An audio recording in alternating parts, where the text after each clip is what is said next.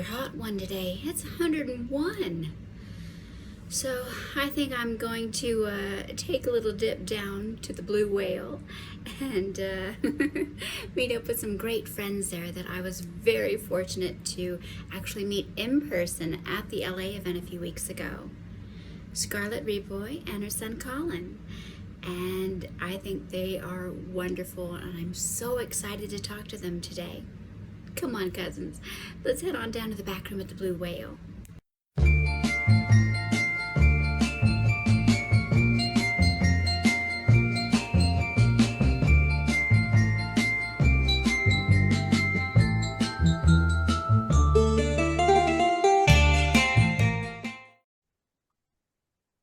There we go. All right, Scarlett and Colin, welcome, welcome, welcome. And I am so, so happy to have you guys here because you guys are awesome. And I loved meeting you at the LA event. Oh, It we had was, fun with you too. Yeah. I know Colin did. No, you have to tell that story. Well, it was kind of a running joke that weekend that all of my exes were there. My very first fiance that I hadn't seen in 15 years was there, and a couple other people. And so it was just like, oh my God, there's another one. And and so when I met you and you said, oh, Colin's here, I said, oh, there's another one because I don't know if everyone knows this, but Colin brilliantly played Lieutenant Nathan Forbes in a audio recording that our dear friend Rachel Pulliam did, where we recreated an episode of Dark Shadows, and so I thought that's just too good. That was a fun time doing that one. I really enjoyed it. Yeah, I love doing that, and then. I mean, we never met in person, or anything. I mean, we've talked on Facebook a little bit and everything, and just the look on your face. And I can't even remember exactly what I said, but I think I had said something like, oh, there's another one of my exes, or I don't even remember what the hell I said. But I could just see the wheels turning, and you're going, "Where from, Mother? I swear I don't know her." That was wonderful. Well, anyway, we should clarify here. We are mother and son. Yep. As far as I know, we are the first mother and son horror hosting team ever. That's awesome. And we worked together for about 8 years. I'm still doing the show. He retired. Oh. Acting teaching called me, so there was a little bit of a period where there was some overlap, and I just kind of found it a little tough balancing that full-time job and the show. But she's carrying on. She's doing a great job, and she took the show in a very different direction after I left. But I think it was a really good idea and a really good the execution's been really well. So, but we are mother and son, former business partners. We are currently co-workers in our day job, and we're best friends. Aw, I we love see that. each other sometimes. Long story short, Yeah, that's great. It's wonderful that you guys are so close and you can, work together and bounce creative ideas off each other and have a great partnership. It's not just, okay, a mother telling her son, you're going to go do this, now do it. It's, more of an exchange of ideas and, Yes. I like. Well, and we have very similar personalities. We have some very similar senses of humor when we're like writing jokes and things. So, it even on the days where it felt hard to like hunker down and like write scripts or go to film or whatever, I knew that we had each other's backs, and just genuinely enjoyed working together. So that made it a lot easier and a lot more fun. Like I said, even on the challenging days, like she's still like my favorite person to work with. So. And the kicker is his house is 52 feet away from mine. Oh, wow. That's great. Please don't dox us, folks. Hey, we live on the same street. That doesn't mean that doesn't tell any tell any Fair. more information than that. That's great. And you guys get to, see each other, often, and you work together. And, I mean, I would love to have that kind of, relationship with, anybody really. Drives my husband up the wall. He's accused us of twin speak. Oh. Yeah. But yeah. I love it. I mean, and the clips that you sent me, I mean, you can tell that you guys just have this great chemistry, this great working connection. You work very well together. And I mean, you obviously like being around each other, which, I think is Yeah. wonderful. I think that's definitely something that you have to have. Well, Really. when we met at the convention, Mhm. that was my Mother's Day gift from him. What? I didn't hear that. What? Going to the convention was my Mother's Day gift from him. Oh, yeah. Yeah. Oh, that's so sweet. Yeah. So yeah, but to your point, first of all, thank you. Yeah, we appreciate the comment of just how that comes across, even just on screen. But yeah, no, it's really cool to again, I say this, I said this before, I'll say it again. She's my favorite person to work with, and I think that has really carried us through a lot of stuff. So On screen and off, yes. yeah, yeah. I love that. Now, Scarlett, you were talking about how you got into Dark Shadows, where it was on for 3 days, and then they took it off. And how long until you were able to really kind of find the show again, get back into the show? Well, let me just clarify there. When I was a kid, it was Christmas Eve, 1970. I was sitting in a chair in the living room, and I heard the announcer, who was the local weatherman, go, "If you're Barnabas Collins, the world's most lovable vampire, you never know who will drop in on you. Dark Shadows premieres Monday, January 12th." This is how seared into my memory this is. Then it was on, they took off reruns of the Flintstones and time shifted it. So we were a week behind the rest of the country. And 3 days later, Violence, it was gone. Fred and Barney were back on Thursday. I was in, by that point, I had gotten a bunch of the Marilyn Ross books and the comics, but I didn't really see the show until it showed up on Sci-Fi Channel. That was about where I finally got into it. Yeah, obviously the Marilyn Ross novels are a whole different ball game. But and honestly, if I were Grayson Hall, I would have sued the artist from Gold Key, because they were not kind to her. No, she was gorgeous, she really was. And I think a lot of people forget that, they kind of, look at the dramatics and the, that kind of thing. But I mean, Grayson Hall was gorgeous. I mean, there's that wonderful scene where Barnabas he's running his hand on Julia's cheek or something, and she just looks at him, and she's got these gorgeous shining hazel eyes and those high cheekbones, and you're like, Barnabas, you dope. This beautiful, lovely woman is right in front of you. Well, there is a good side to that, because what was the curse? That's true. That's how Angelique ended up getting killed, because the curse was anyone he loved would die.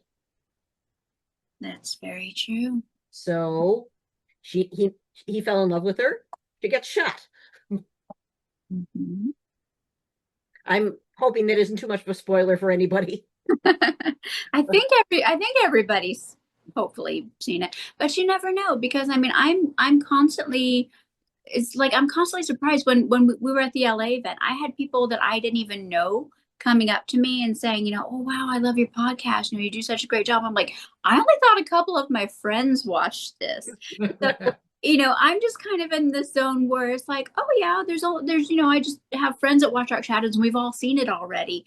And you don't really kind of realize, well, I mean, there are more fans every day that are coming into the show and that are discovering it and, have no idea what they're getting into. Well, we ran into a friend of ours in LA who was there with her teenage daughter, who was the one that wanted to go. So, wow.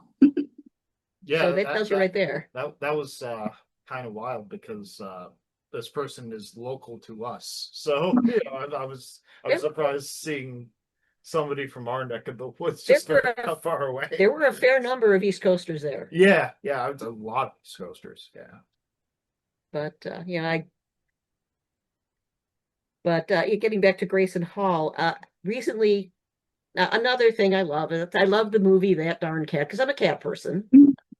And I was watching a video on it, and this guy was going through everybody that was in it and doing, like giving like a brief rundown of their career. He got to Grayson and said, I don't know much about her except that she probably gets endangered a whole lot. And it cut to a bunch of clips of her screaming. I saw that. I saw that exact video. So I know exactly what you're talking about. I was so mad. Well, I commented on it and I said, in addition to doing Dark Shadows, which was extremely popular, the year before that, she was up for an Academy Award. You didn't know that? You can read off Richard Deacon's resume, but you can't do that? Oh, speaking of That Darn Cat, visitor coming through. This is actually Quentin. Quentin? Named after the man himself. So my emotional support cat. My therapist says my emotional support cat needs an emotional support cat.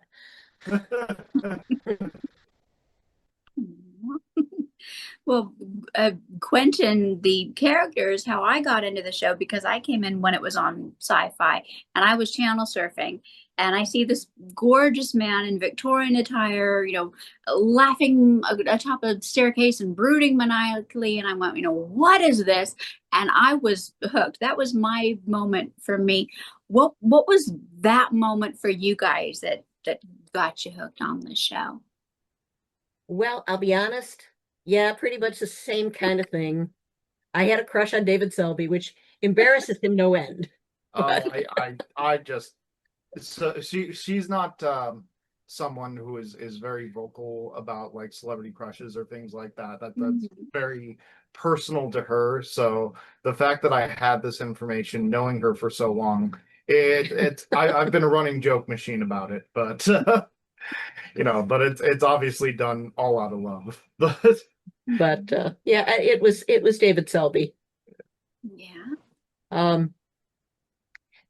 Now with him, I think we can thank Rachel for getting... So I had an awareness of the show, obviously, because Mom was such a big fan, and but I hadn't really done like a lot of research or I didn't know that much beyond like some surface level facts at that time. But yeah, when I got cast as Forbes, I went into it a little bit and started getting a more understanding of it. And specifically I watched a lot of the Forbes stuff and it's like, okay, yeah, this is pretty fun. This character is pretty fun, I don't often get cast as like kind of a scoundrel. So, it was a wow. Thank you, I think. But no, seriously, it was that I think was a good introduction for me because it gave a good sense of like the stakes that the show can sort of get into. A lot of the main players are involved in it, in that to a degree. And that was, I would say that was my true kind of introduction, and I've been joining in on watching and talking about it here and there ever since. So, and I don't know if you guys heard that right now, but I just had a book fall over. So that's that. I'm not sure if it was paranormal forces or not, but just in case you heard a thump, that's what it was. Well, if you hear any thumps here, it's probably Quentin. Yeah, so while you were talking about David Selby, our Quentin jumped from this table about maybe 4 or 5 feet up to the top of the bookshelf. So if you see me in the edit looking like I just saw some amazing feat, it's because I did. So, you know. Yeah, he does the Quentin face. You know, the I can't believe I'm talking to you. Like, and he can only love one person at a time, and it's me. Yeah. Uh, and he just is very dismissive with everybody else. So the name was perfect. Yeah, and for the longest time, I think you've like wanted they like you've had it in your head that someday you were going to have a cat named Quentin. Yeah. And like the circumstances just kind of worked out eventually for that to happen. But no, Very naturally. I actually had a dream that all the cats that I ever owned were in a room, and there was a black cat named Quentin. He hadn't been born yet. It was a few months before he was born. Well, So, I've been for over 20 years. I'm going to have a son named Aristide. It'll probably be a cat. well, actually, he was named after a Dark Shadows actor. Oh, He was named after Colin Baker, who took over in Big Finish. very cool. So, Very cool. And what do you think about the Big Finish audios being a voice actor and you know, I mean, what do you think about that? well, I enjoyed them. As a matter of fact, right now, well, I think I mentioned this on Facebook.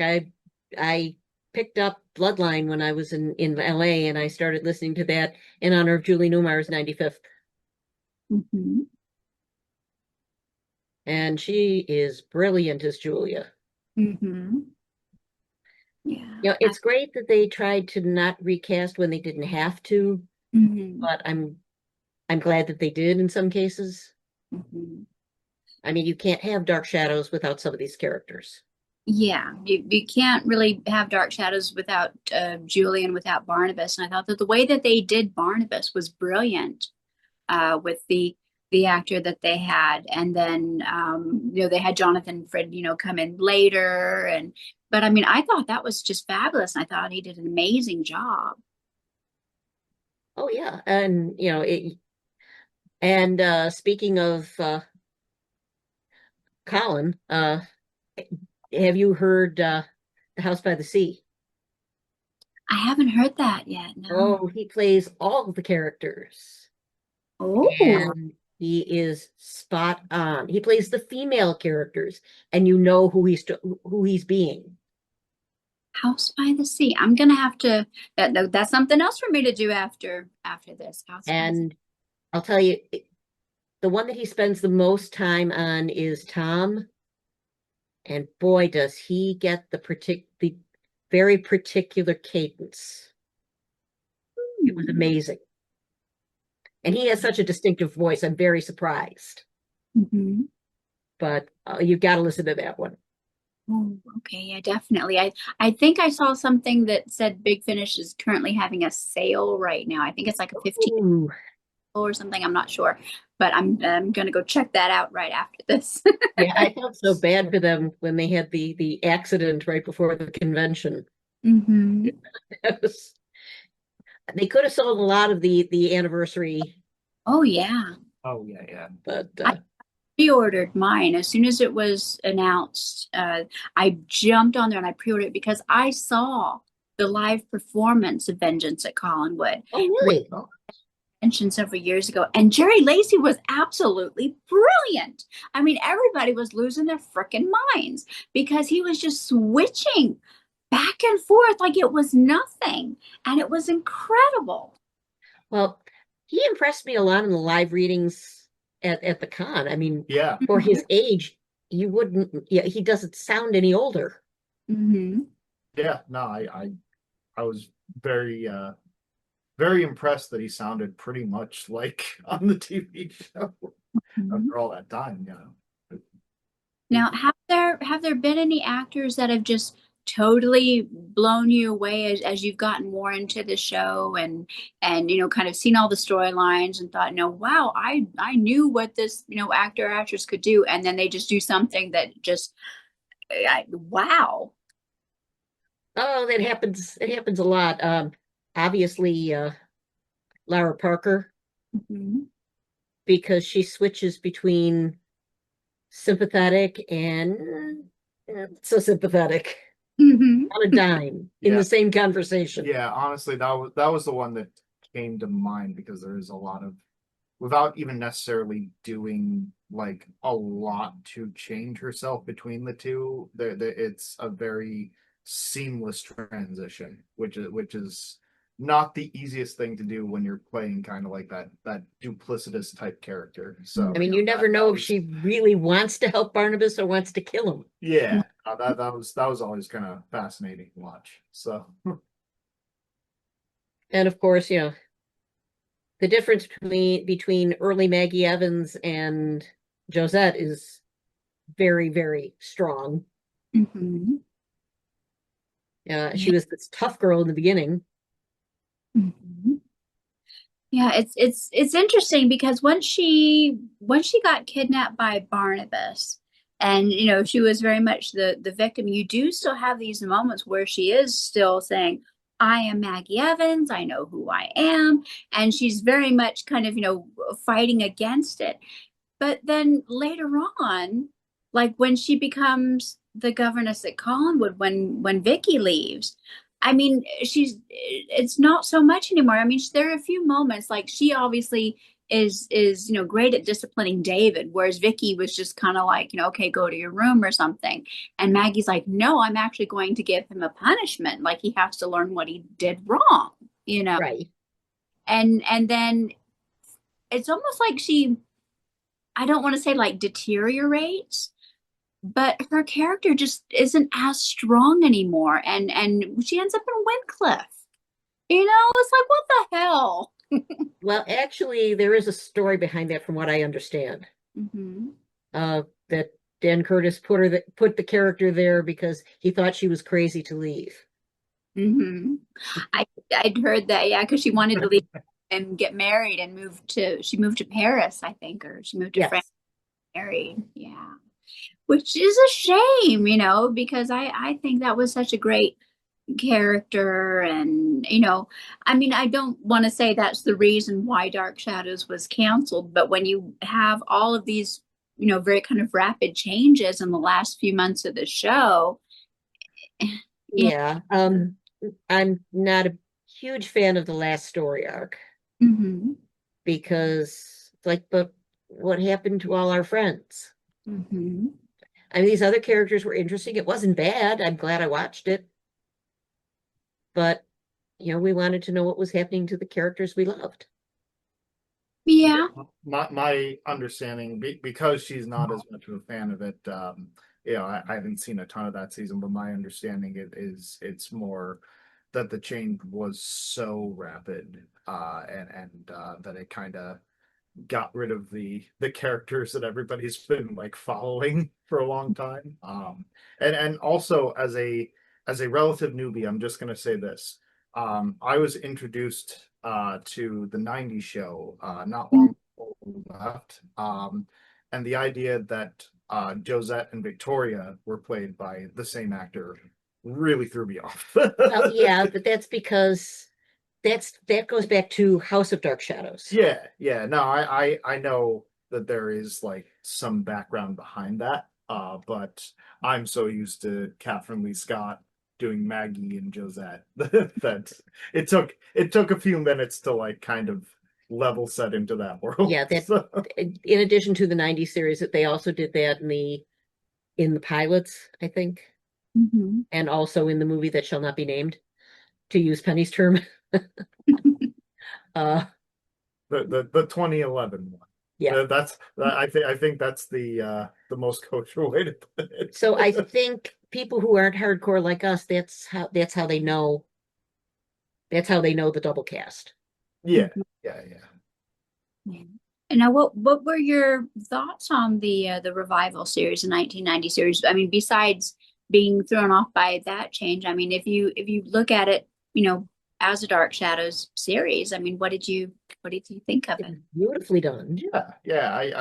I mean, obviously, it had the benefit since it was a little further down the line and was more. I mean, it was still a soap opera, obviously, but it was a little bit closer to what was being syndicated at the time in that type of show. I think the production value obviously went way up, and I think because of that, I understood things a little bit more because it's everybody in the Dark Shadows fandom loves the bloopers and has a good time with seeing those things and also being impressed with how everything comes together so well in spite of those challenges. But filming a soap opera in general, my understanding is a very challenging Well, experience. Dark Shadows actually had an actor on fire. Yeah.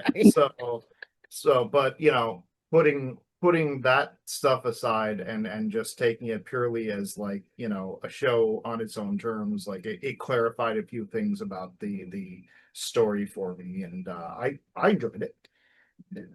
And I was very sad that they didn't continue it, particularly when I found out the reason why Jeremiah was suddenly Barnabas's younger brother was because Adrian Paul was going to be Quentin. Hmm. That kind of broke my heart a little bit because no one will ever replace David Selby, but I could live with him as Quentin. Yeah, I could too. I But Now, from a storytelling point of view, which is the story arc of the series that, I mean, really kind of like spoke to you, that you really resonated with it? You're like, I am so on board for this. I mean, no matter what happened, you were just like, I am there for these characters. I am there for this story. that the whole Quentin's origin story, not just because it's Quentin, Hmm. the stuff with Laura, and although I thought about that afterwards, and there is something about it that I wish the writers' room had remembered. And do you know what I'm talking about? I think Is it the time period consistency? Because they had said every 100 years. And, no, oh, I got a better one. okay. Um, Roger married his grandmother Yes, his and ancestors. had a child by her.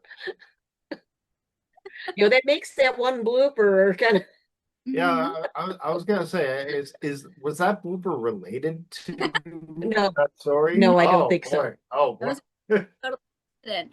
But it does explain a few things. It sure does. Yeah, I'm sure that nobody intended that to be what it was. Hmm. It's sort of like I'm surprised that people aren't championing Julia as the first trans character, since she was referred to as Julian Hmm. originally and was very definitely male. Hmm. So what, what would you assume from that? Hmm. And instead of like glossing over it, isn't that a nice, because people accepted her and didn't, even when she went back in time and was in a time period where women weren't doctors, nobody ever said, no, I'm good. You don't have to take the bullet out of me, Hmm. I mean, Sounds like a fan fiction idea. but I mean, like that to me seemed like turn a a negative into a positive. Hmm. We Yeah, I will say I believe that was very progressive for the time. So but Yeah. No, I think Dark Shadows is definitely a show of first. I mean, they had a lot of things happen on the show that had not been seen on television before. yeah, And David Selby saying a naughty word in one episode, which didn't make the blooper reel. I was surprised at that. Well, that whole scene, because you can see in his face that when they kept going, because I think he thought they were going to cut, they kept going, and I think he's thinking, I wonder who's playing Quentin tomorrow. Although I think it would have made a heck of a Barnabas because you could see him turning white in real time.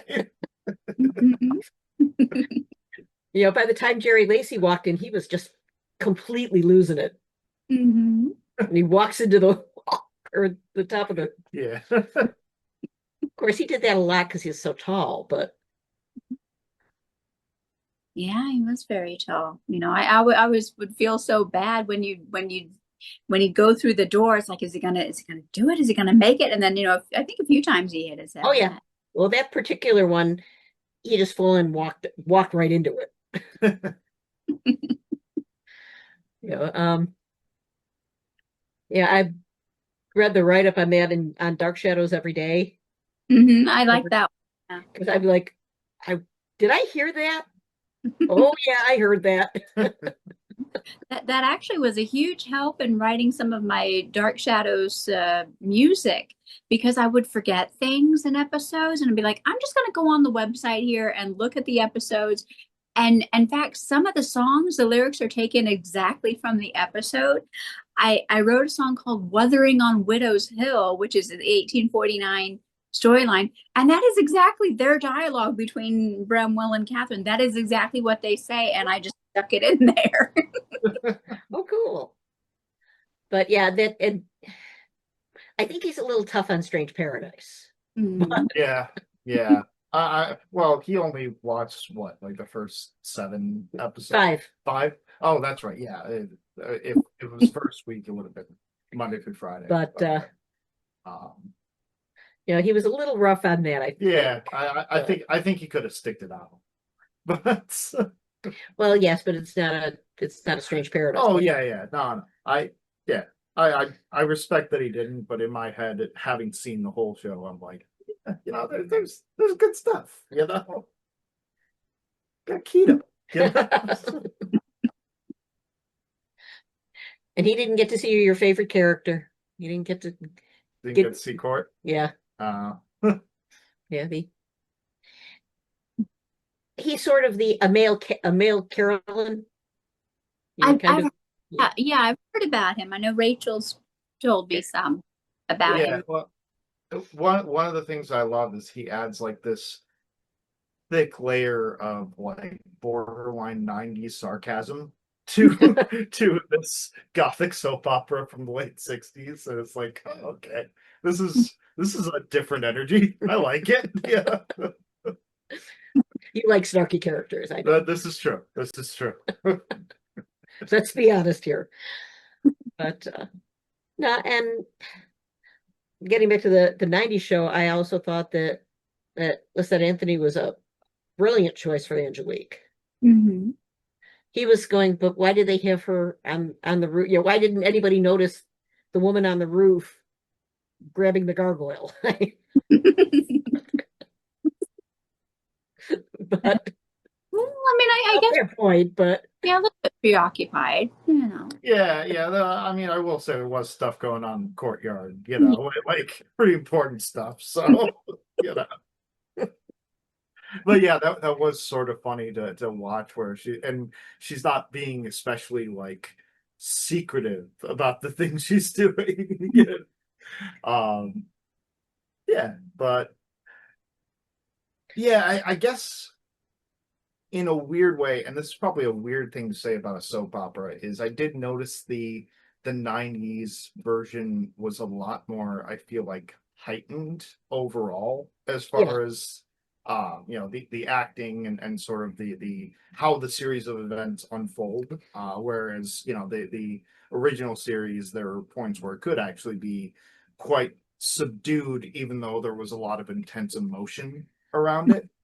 So that was kind of interesting that a lot of, and I'm sure a lot of that was just the conventions of sort of gothic romance at the time. well, there are two things. Yeah. One, they couldn't have done a lot of that stuff in the 1970s. Sure. Yeah. The 60s and 70s. They couldn't do it. And also, they only had 13 weeks to work with. Yeah. No, and the none of this is for the record a complaint. It's just it's interesting saying that about a soap opera where that's kind of a lot of the appeal is the heightened emotions. But I feel like there were a lot more noticeable peaks and valleys on the original series, whereas everything was, and I think it was condensed because it was condensed. I think there was the stakes felt a lot higher And there were a lot also of the time. there were a whole Like lot of subplots that had to get jettisoned. yeah. Well, that's the thing is I think you raise a good point that they really only had 13 weeks, so they had to pack essentially what 5 years worth of No, well, no, not quite 5 years, but no, more like two. the original series was 5 years long, so they had to do a lot of consolidating, sure. So Yeah, I mean, well, this, yeah. they ended on a cliffhanger, but it wasn't the cliffhanger I expected. Mm-hmm. I kind of figured that it would have ended with Victoria with the noose around her neck, Mm-hmm. but that's not where they went. No. Yeah, that was very interesting, and it does make me so mad that we didn't get a second season, you know. Yes, and that they should Mm. have. The ratings were sporadic, but there was a reason for it. In order for somebody to watch it, they have to know when it's going to be on. Mm-hmm. And with all the preemptions with the Gulf War and getting it shuffled around, Mm-hmm. it probably everything was down. Mm-hmm. I can't imagine where it was significantly different than any other show. Mm-hmm. Yeah, And I could be wrong, but I doubt it. Yeah. it sounds like from what mom was telling me, it was mostly kind of a victim of timing more than anything else. Yeah. Now, if you guys were to let's say you two were behind a Dark Shadows revival or something of some sort. If you were going to do some sort of new Dark Shadows series, either like a TV series or an audio series or anything like that, where would you start that series? That's an interesting question. Possibly where they left off with before they went to the Catherine and Bromwell story, Okay, I think that would. because I felt that a lot of the characters were just kind of like shuffled off the stage really quickly. Mhm. And does anybody really think Angelique was going to stay dead? I think so. What So about? so just to be clear, it's sort of like finalizing the story arcs of the like main cast. Yes, Okay, yeah. because it ends up they come back to the Julia and Elliot and Barnabas come back to Collinwood in the present day and get scolded by Elizabeth because they aren't at the historical society. Quentin's already there. David's already there. I'm not watching this, and I feel like I'm getting whiplash. Yeah, like, I'm not everybody's already watching this there. currently. Everybody's already there, and Elizabeth's just yelling at them for not showing up on time. Oh wow. That's the last you see of the main cast. Yeah, I could see where you'd want to expand that a bit. They've been back in 1971 for 30 seconds. Yeah. And that's where it ends. Mhm. And also I think because we don't know where everybody is, that opens up a lot of possibilities. Mhm. Yeah. A What? lot like with Mansion, I trust her vision, so I'm just kind of go with her. The one thing that I've noticed working with her over the years is she has a very like clear idea of what she wants to see. So, and in a situation like this, where to your point, there's such a rich playground of where things could go. And your kind of deep knowledge of the character is like I'd be happy to be the I don't know if the co-captain is the word, the first mate, I guess, of that project.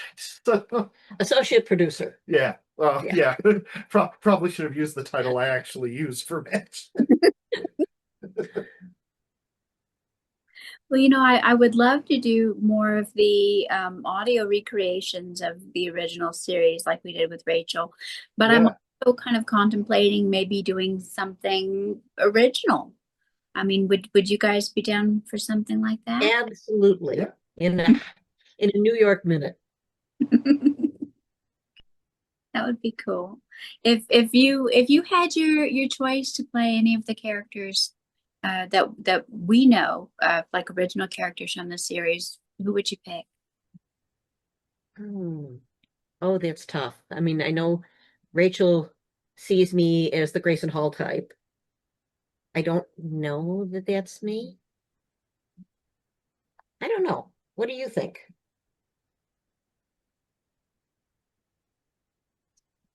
Yeah, I'm not really sure. I mean, I'd like to play somebody that could stir up trouble Yeah. because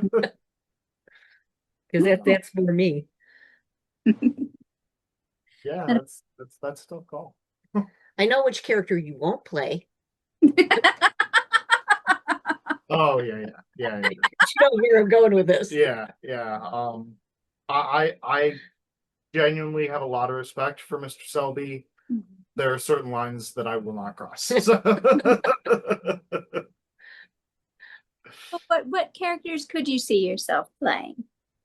Oh, I mean, truth be told, honestly, the Thanks, thing Quentin. that comes to mind is Forbes, just because I have the history there, and I really did find him a very interesting character to play, even just from like a pure like mindset level. Mhm. So yeah, I mean, I'd definitely be willing to Evan. reprise that. Evan. See that? And Evan. I could see Hey, that. I could see Nicholas Blair. yeah. Oh, that would be cool because Colin played that Yeah, character. yeah. I was gonna say that. I'm pretty sure that's what Colin played. So You know, when you did your Nick Shyster in the mansion, I kind of thought he's got some shades of Nicholas Blair to him. You know, I could see that. You know, so I could see that. I could see Gerard. I could see Gerard Styles. hmm.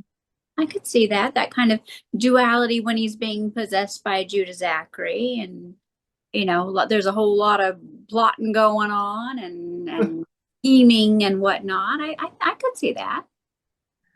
You know, I'm thinking about it, maybe Magda I could see that. or let me think. There are so many characters. Well, and I'm trying to think specifically of the ones that are like kind of more mischievous or like start stuff. Yeah.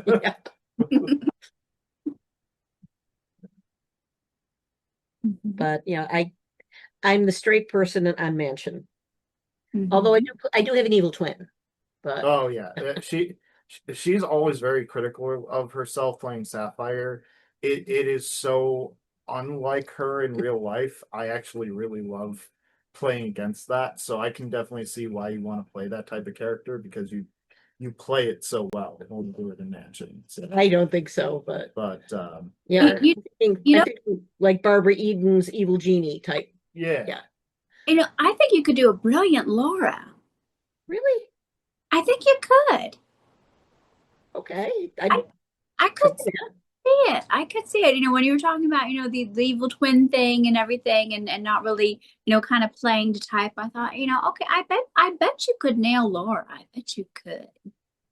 I'm up to try things. Hmm. And if you need a Trask, call Nate. Yeah. That's what you were saying. Yeah. Yeah, one of our actors on Mansion and a good friend of mine from my college years. He is basically the 2020s Jerry Lacey. Like it was funny seeing Trask for the first time and realizing how much of Nate I saw. Well, you saw this Rubber You know? Wednesday. Yeah. Yeah. Like it was Yeah, it was something where mom was telling me about that, and it was like, Nate's kind of in my world. Nate is very much like a singular, singular person. But I watched him on Dark Shadows and was like, oh yeah, yeah, no, I get it. And I told him, I told him that you might be looking for a Trask for the music. And he said, oh, Uh, yes, yes. Yeah, he has definitely a lot of experience with uh voice acting as well. He's done audiobooks, so yeah, send him my way, you yeah. know. Will do. And also when next month on Mansion, we're going to do our tribute to 1966. He's going to be the one handling Dark Shadows. Oh, cool. Yeah, I'm going to be doing superheroes. I'm a little embarrassed. And he's doing the monkeys. Very cool. That's exciting. I love the monkeys. I actually, while we were getting set up, I've been going back and forth with Mr. Bill Chadwick, the fifth monkey, about an interview that we're hopefully going to be doing fairly soon.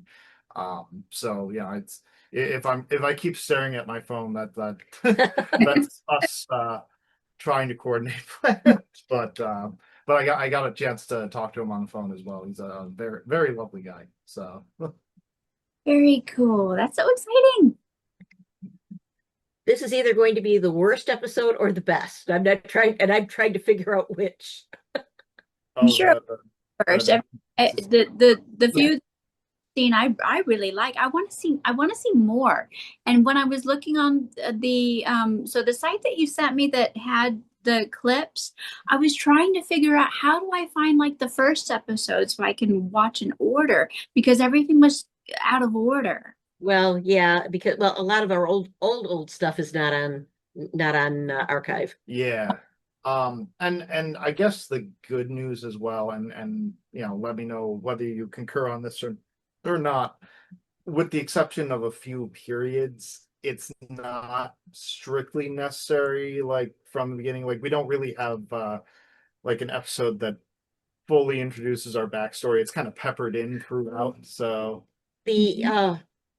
The episode after you leave does, yeah, well that's the thing. but There are certain points like my last season into the first season in under the new setup. and those are all on there. Yeah, that I would say you would want to watch in order, but as far as like the pilot, as far as introducing us, it's something we just kind of like throw ourselves into in the pilot. I feel in the first episode. And it's like, oh dear Lord, I hope nobody sees this.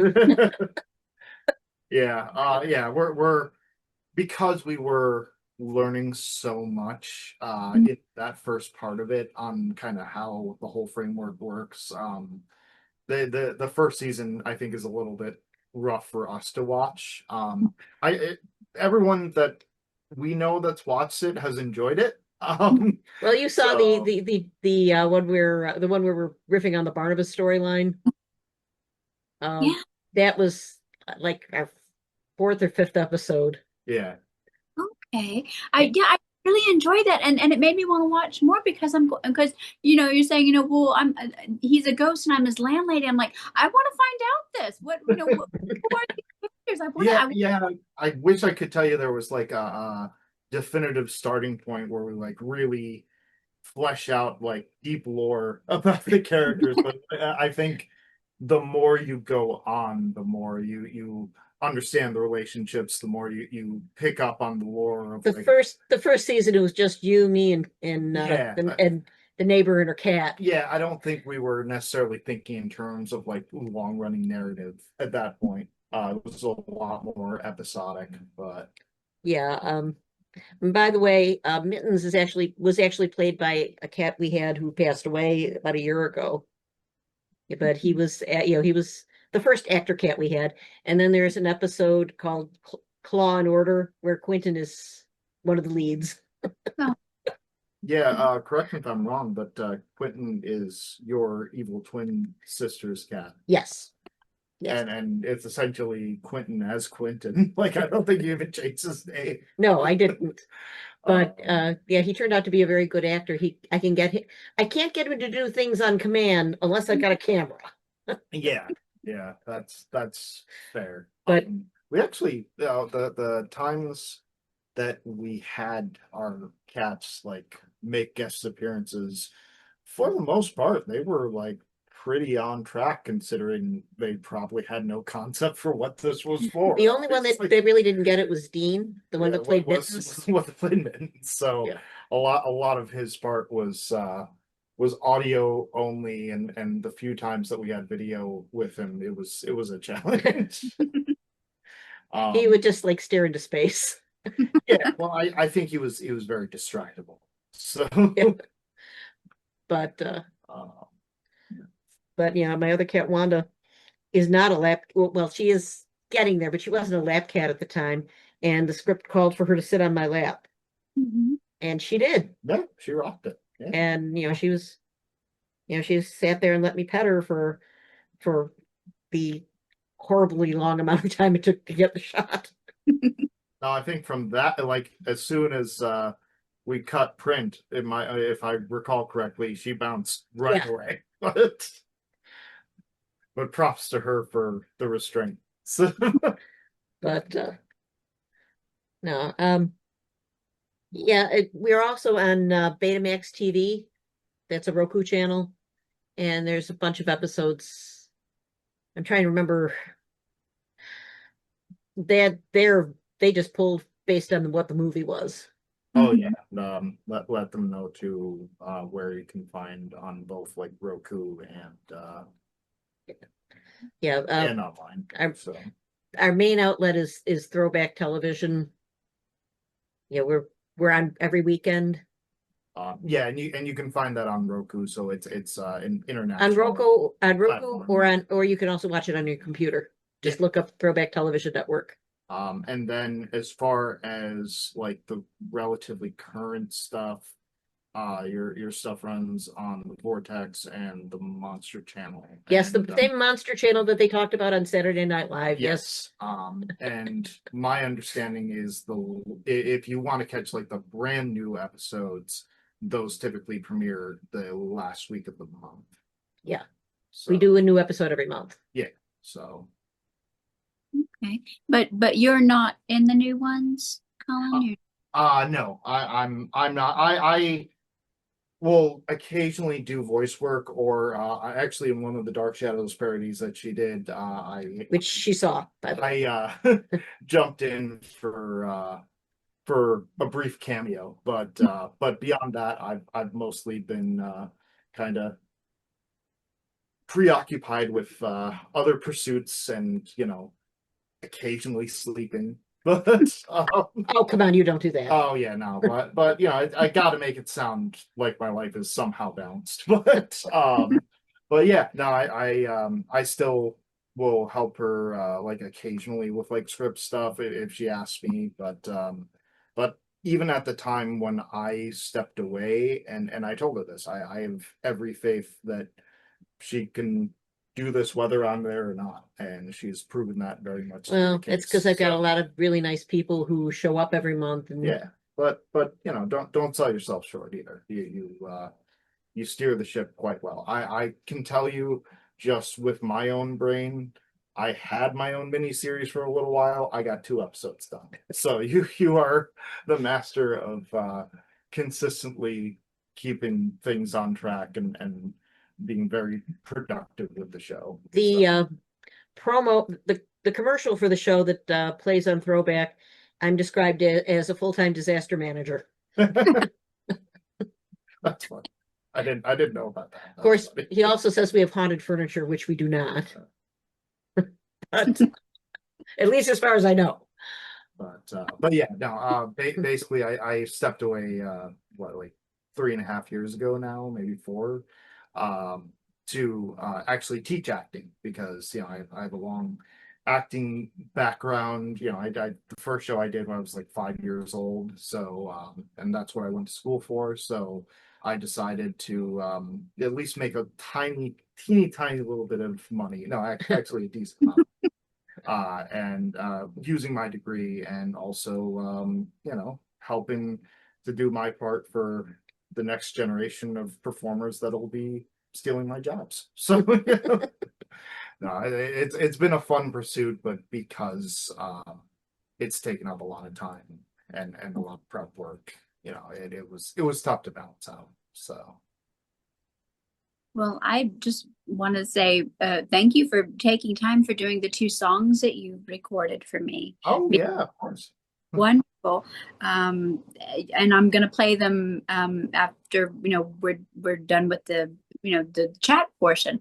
I'll play those. You recorded the two songs for me, which was Sarah, which was Barnabas's song about his little sister Sarah. And then you recorded There Was a Night Like This. And that is a song where Barnabas is telling Vicky and Carolyn about the night that Josette, jumped off Widow's Hill. And I think you did a brilliant job with both of them. I think There Was a Night Like This is probably my favorite that you did, but I mean they're both phenomenal. They're Yeah, really no, it was I had an easier time, I'll be honest, with Sarah because it was sort of like a character song, whereas There Was a Night Like This is a lot more like in the third person. Mhm. And just musically kind of different territory for me, I feel like, based on what I normally perform. So those were both very fun to do. I was able to pick up on the context for both, so that definitely helped, and just what I know from the show, and yeah, no, thank you for letting me do it. It was a lot of fun. And I'd like to write something just for you to do, that I don't have previously out there. I know we kind of threw around the idea of maybe doing like a Forbes Millicent duet, possibly. So I Yeah, made I listened to the song that you had played for me on that. Yeah, that seems like that would be really fun. And you already have it on record that Forbes is kind of like my first go-to for reprising something. So, Yeah, so I may just do something with that. all right. Well, I'll keep my eyes and ears peeled. So, Very cool. What do you guys see for the future of Dark Shadows? I am very, very excited about the potential of the animated series. Hopefully, all the stuff going on at Warner Brothers does not kill it. We have a dear friend whose daughter works there, and every day, she just got promoted. Don't take it. Don't take her job. But no, I I think that would be a nice way to continue it without upsetting, you know, without changing too much, Mhm. blending it in, maybe going forward, but blending it, starting at a familiar point.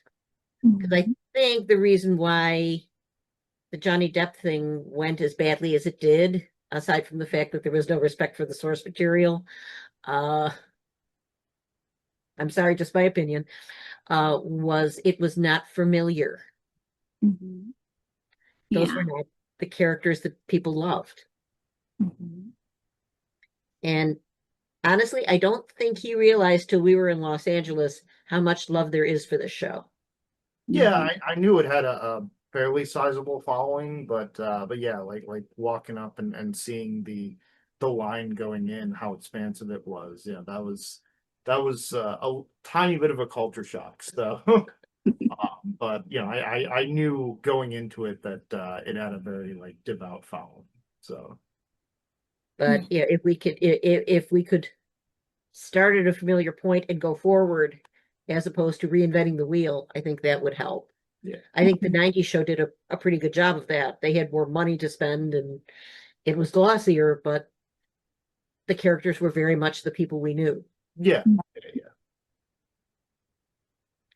And it went in a few directions we weren't expecting. Mhm. But if you can get them on board for like that base idea, Yes. you have flexibility to do with that. Yeah. Yeah. Now, do you have any kind of Dark Shadows ideas going forward for anything at all? I mean, do you have any kind of ideas in your head of what you might want to do with the Dark Shadows characters or storylines in some way? Well, oh, that's such an open canvas. Yeah, Mhm. I feel like the challenge is kind of where to start. So Yeah, I mean, yeah. I know everyone centers on Barnabas, and of course he's a great character, but why don't we look at some of the other people and Mhm. some of the other skeletons in the closet, so to speak. Mhm. And in Dark Shadows, there are some literal ones. But there are a lot of characters who really didn't get explored. I mean, Adam is Dark Shadows equivalent of Chuck Cunningham. He Yeah. literally went into a room and never came out. Mhm. And not in like a Reverend Trask way No, no. Thank you for picking up on it. either. But yeah, we never got back to him. There are a lot Mhm. of characters we that just disappeared, and we don't know what happened to them. Mhm. Big Finish did some continuations, but is that stuff even canon? Mhm. I mean, I run into that with Doctor Who all the time. There are all these stories with the characters that we knew, and then they do something on the show that contradicts it, and it never happened. Mhm. But there are so many characters were just kind of by nature of the fact that there were a million characters that just kind of got left behind. Yeah. I think what would be interesting is if they, in doing, whatever kind of reboot or whatever they're going to do, if they looked at it as a sort of like an anthology series where you would have an opening segment maybe hosted by somebody like Catherine Lee Scott or David Selby in character, and then talking about some of the different residents of Collinsport and their stories, or taking moments from the original show and expanding on them, or things like Yes, or even if you want to use the Big Finish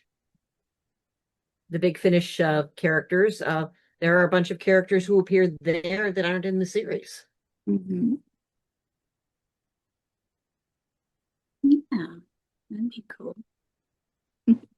What would what were you guys' favorite moments of the LA event? Because I had such a blast. Well, it's really, it's the people, I think. I mean, Yeah, I think everybody we met, both actors from the show and all the kind of surprise like friends of ours that we saw. Everybody, both the Dark Shadows events that I've been to, because I also went with her to Lyndhurst a few years ago. Everybody's been very cool. Everybody's been very like it's a very friendly fan yes, base from my experience, yeah. and the actors are very embedded in that as well. There doesn't seem to be, they don't seem to be like they're up here and you're down here. Yeah, I actually I had one side quest that I did not anticipate. So one of the moderators of one of the panels is a man named John Logan, and he wrote several movies, but the thing that I actually recognized the name from was the play Red, because in college I actually did a monologue from that play for my senior showcase, and I got a chance to talk to him about that, and I think I threw him off a little bit that I didn't just come up and automatically wax Dark Shadows, but which in that context, fair enough. But yeah, no, that was really cool. And yeah, I'm glad that honestly it seems like the show touched him as well. So And obviously, I enjoyed meeting you and Bobby so much. yeah, yeah. Uh, when I went up in the line and just tapped Bobby on the shoulder, and then you chimed in, "Oh, I was in that too." It was wonderful. I mean, and there was a moment, and I was at the Big Finish table trying to get a copy of Bloodline, and Danielle came over and said, "Hey, do you want to meet Remo D?" Who Mhm. another horror host who I've been friends with remotely for 20 years. He's been on my show twice, but we've Yeah, never actually yeah. met. And oh, sure, hell yeah. And we went right over and started chatting. And we spent most of that evening together, the three of us. Yeah, we grabbed dinner with him, and yeah, no, it was very cool. Because yeah, it was weird to realize that was the first time we were all in the same room together because Because we've worked together. yeah, we worked together, and he's been a name that I've seen and I was so excited. He was trying to give me the phone number so we could meet up after he and I caught up with each other, and I was so excited I couldn't even do it. Oh, He had to send me the picture that we took, and I just grabbed the phone number from there. But yeah, no, I think the event was a good testament to just again how loyal, how cool the fandom of the show is, and how invested the actors are in return. And I feel like in a way that you don't always see with performers, which is They seem like they realize that they had something special, yeah. So that was and that there's a certain amount of gratitude for that, which I think is wonderful. yeah. It's very sweet.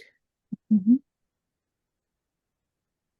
Yeah, I mean, I think we're very lucky in this fandom that, we have these actors who are so down to earth. I mean, they're not, stuck up charging, $500 for autographs, wanting to, to talk to people. I mean, they're taking time, speaking to people. And Terrain Crawford had such a long line because she was taking the time to speak to every. Talk to her. Yeah. I felt bad about that because they have so much in common, working with kids. Mhm. But and when we were having dinner the first night, the night before, uh, Catherine and I wanted to say Sarah. I know that's not her name. Sharon. Sharon. We sat there and we were leaving, and they approached us and started chatting with us. Mhm. Just very nice people. They're lovely. I mean, Sharon is one of the most genuine, wonderfully good-hearted people, that I know. I mean, she is so down to earth and so real and so just genuinely. She's the way I think of her, and this is going to sound crazy, but she's like this ball of light, if that makes any sense. I mean, she just I know what you're saying. She's very sweet. yeah. We met her for the first time at Monster Bash, and I Mhm. didn't know quite what to expect. And she's just very nice. My memory of her was the when the three of us took a picture before we left, the light roasting of how I was doing the doing the selfie. And the thing is like other people have said that, as far as me doing group selfies, like including close friends of mine. So it's like that's how you know that's a real one. Is And quite honestly, if they do a live action Dark Shadows and they don't hire her granddaughter to play Sarah, there's something wrong yeah. because she looks just like her. Mhm. Yeah. One of the coolest moments that I had was with Sharon, because Bobby, he's a dear friend of mine, and he said, do you think any of the actors would want to do like a video with me or something? I'm like, well, go ask Sharon. And he was like, really? I'm like, yeah, come on, we're gonna go ask Sharon. And so we asked Sharon. She was like, yeah, and she video with them, and she asked, he was asking her about I can't even remember now, but one of the coolest moments was he taught her his breathing that he does called coffin pose. And it's something that he does in his videos. And I said, well, teach her how to do coffin pose. She's like, yes, teach her how to. And she was right there with him, and she did it with them. And it was like this beautiful moment. And the whole time after he kept saying, Sharon Luntz did a video with me. Sharon did coffin pose with me. Sharon Luntz. I'm like, I know. And he was just so happy and just amazed. And it's like, yeah, she's a real person. She's not this figure up on this, pedestal that's gonna just wave away the peasants. I mean, Yeah, no, she's awesome. yeah. No, honestly, from all the actors there, I don't think I've ever gotten the impression that there was like that much of a Yeah. divide. It very much seems like they approach you as another person. So, Unfortunately, that was part of the problem because we were only there for the first day and a half, so there were a lot of people we didn't get to talk to, but yeah, but because the lines were long. yeah, I was gonna say there are worse problems to have. Yes. Yeah, I kept looking for you guys, and I thought, oh, gee, I wonder, if they're still here. And I guess you'd already gone home. Yeah, because we had problems getting home. Yeah, there was our flight time for our first flight out kept changing. Oh, Now, I've heard of flights being pushed back. mhm. I've never heard of them being pushed up. Oh, wow. So we got to the airport a little early. And then it ended up being 2 hours late anyway. So 2 hours after the And I would have liked to have stayed. Now, do you plan to go to the Lyndhurst event in October? So far, no, but that might, you never know. Yeah, I think it's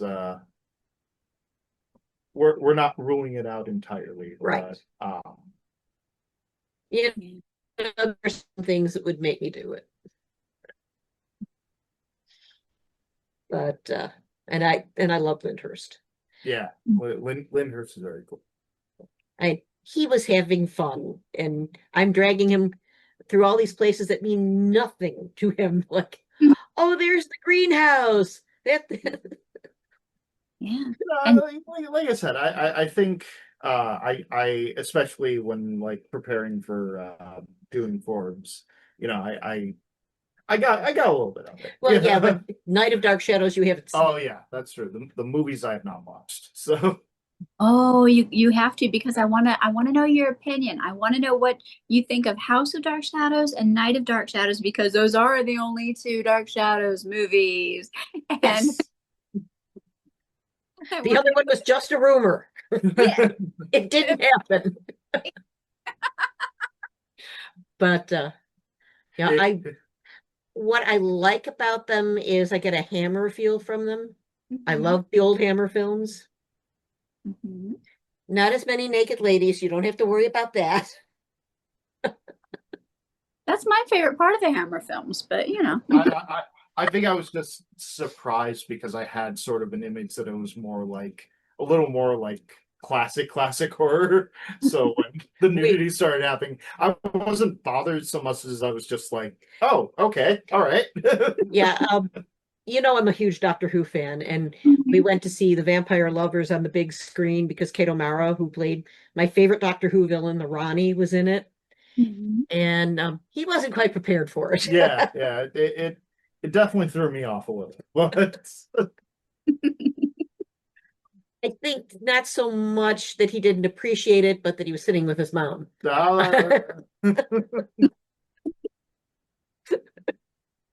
Remember, this is being recorded.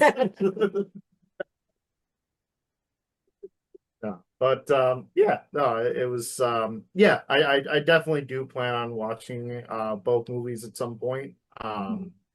I think there was a period where it was running on like some of the stations that you have. Yeah, it's on Plex, or at least Night is. I don't know about House. Okay. House is usually a little easier to find Yeah. because it was the one that made money. But But yeah, no, I'm sure mom will let me know the best places to seek it out. movies, yeah, the movies channel, movies with the apostrophe, they tend to run them in October. Oh, okay, that's like a regular thing. Yeah. Okay, because I remember there was one year where it was showing the year we were at Lyndhurst, I think. No, Dad was watching the DVD. Oh, You can always borrow my DVD. yeah. So I was gonna say, well, if you're gonna throw me a softball like that, Yeah, my husband made a point of watching the movies while we were at Lyndhurst. Mm. And he's telling the cats that that's where mommy is. Oh, The cats were going, oh no, we need to save them. now Yeah, I don't know that it might not have been the best idea. I'm sorry. go are ahead. you team House of Dark Shadows or Night of Dark Shadows? I've seen them both. Which one is do you prefer? Oh, come on. You know the answer. The one with David Selby. I mean, Night of Dark Shadows is my favorite because I'm not really that big on all the blood and the gore and everybody being turned into a vampire. I think that's kind of silly, but I like the story in Night of Dark Shadows, and I wish that they hadn't cut it because it does have, great elements of a gothic ghost story, and I think it could have been even better if they hadn't cut Night of Dark Shadows. That's what I'm hearing they're trying to restore it. That's what I've heard. So I really hope they do, because I've seen some of the cut footage. Darren Gross showed it at one of the conventions, I don't know, maybe almost 20 years ago now, probably. And that was wonderful to see. And some of it didn't have any sound. It was just a picture. But I mean, you could tell that everyone in the audience collectively was like, yes, we want this. We love this. Give this to us, please. And I've heard that the surviving actors have recorded their lines. yeah, I had heard that. So, but some of them are no longer with us. So that's true. That's true. I don't know who they would possibly get to dub any of Grayson's stuff. Her voice was so unique. Yeah. Yes. Mhm. Having tried to impersonate her, yeah. Yeah. And oh, my battery is low. No.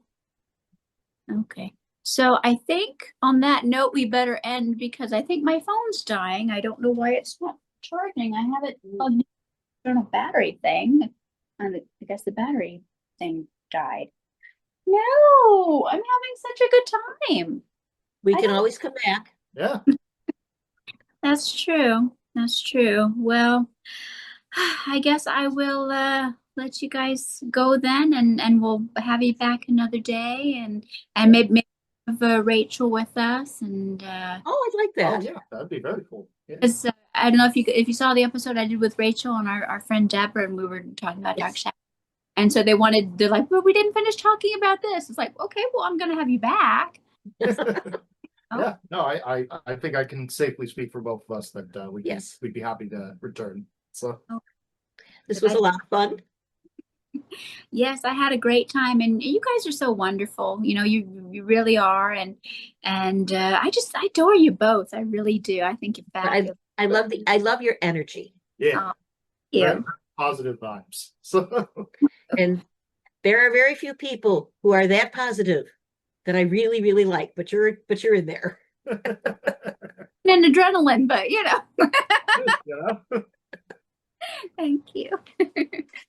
Well, you guys have a great night, and we'll talk to you later. I'm gonna go charge my phone and get to editing the episode, and I'll have it up, and hopefully by tonight. Great. All right. You guys have a Good good one. and You too. Take care. Bye.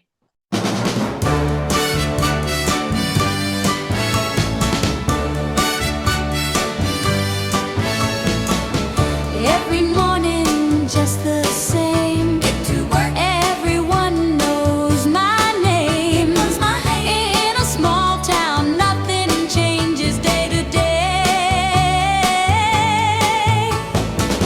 Mr. Wells is my boss.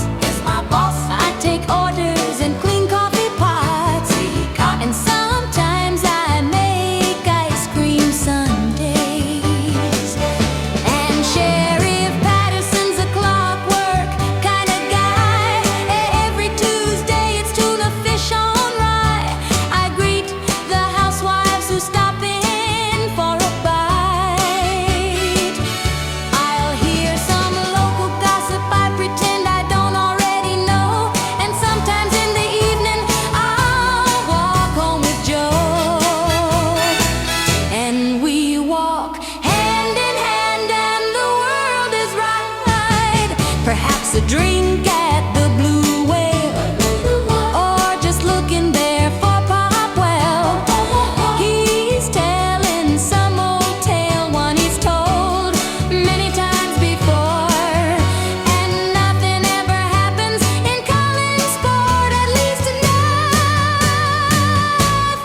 much to tell.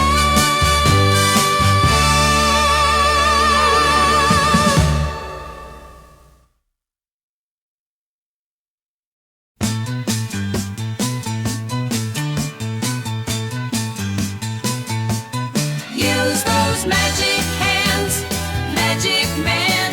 You've got a special power no one understands. Well, perhaps this one does, and wants more of your warlock love. In a cloud of black smoke you came to me, frightened at first though I gave in. You brought me down to my knees with your black arts and knowledge of sin. Use those magic hands, magic man. You've got a special power no one understands. Well, perhaps this one does, and wants more of your warlock love.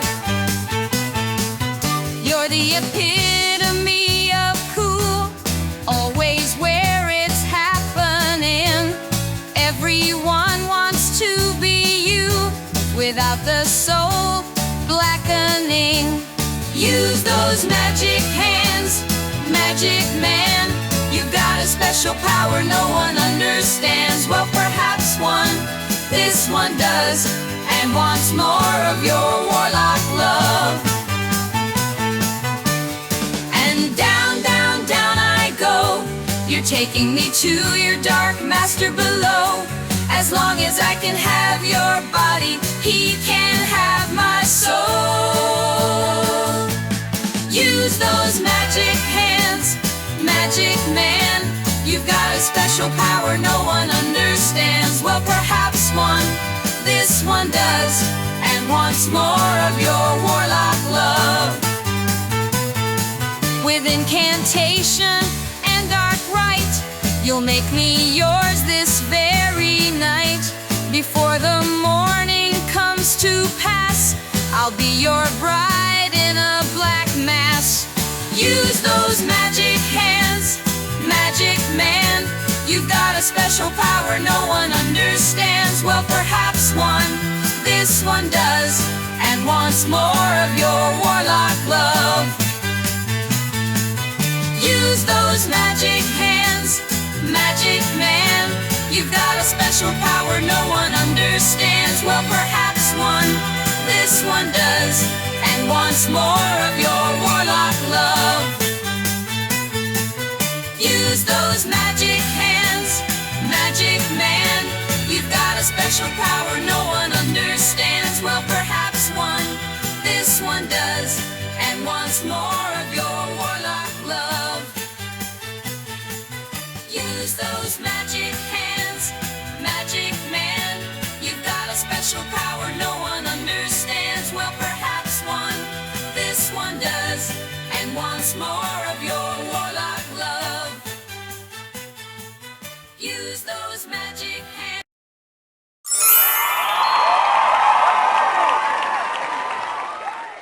That evil is wicked is well understood.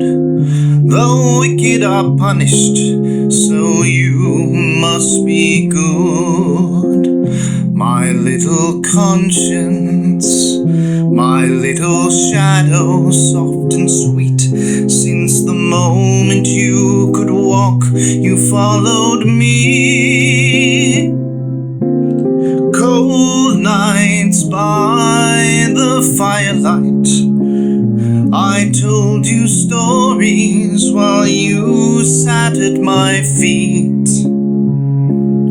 And then one cold and rainy night, you were taken from me. That evil is wicked is well understood. The wicked are punished, so you must be good. I never wanted you to see me as the monster I became. It's like a knife to my heart when I hear your name. Why couldn't you rest with mother and father? Why come but not to me? Have I not suffered enough? I can't be the man you want me to be. That evil is wicked is well understood. The wicked are punished, so you must be good.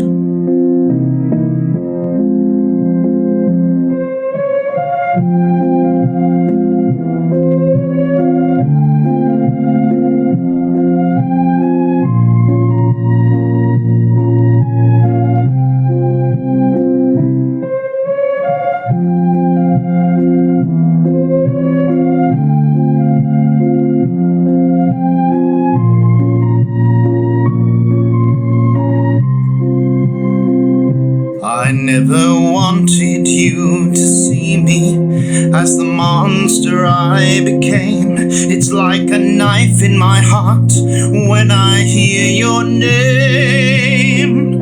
Why couldn't you rest with mother and father? Why come but not to me? Have I not suffered enough?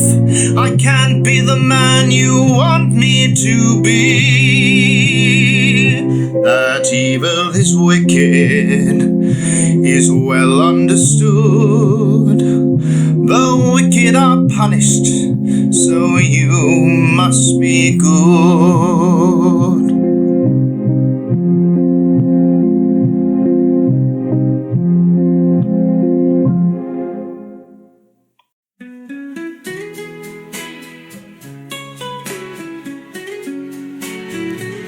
There was a night like this when the wind howled across the sea.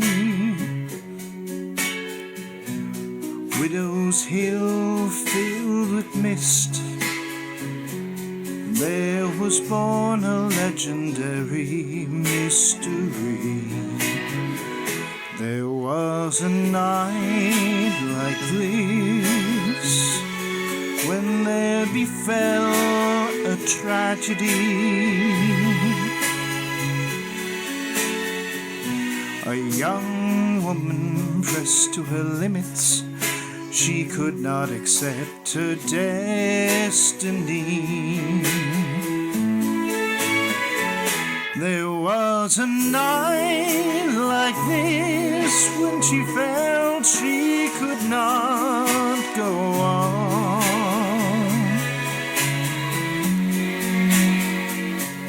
could not accept the future that she had been shown. There was a night like this when her lover chased her there to the edge of the cliff, following her long dark hair, which was flowing behind her as the wind shrieked and cried. Desperately he followed her, he could not reach her side. In a moment she had disappeared to death's embrace rather than his. Her lover left alone, the pain so much to bear, long ago, there was a night like this.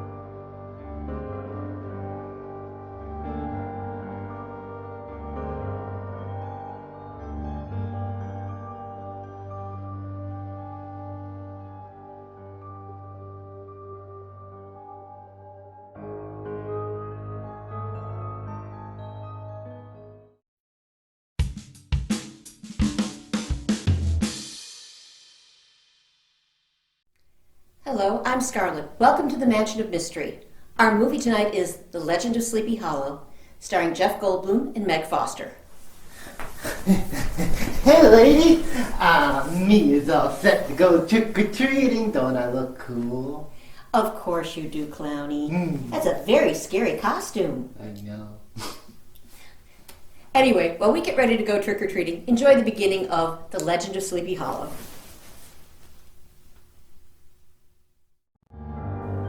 We'll be right back with more Mansion of Mystery. Ow!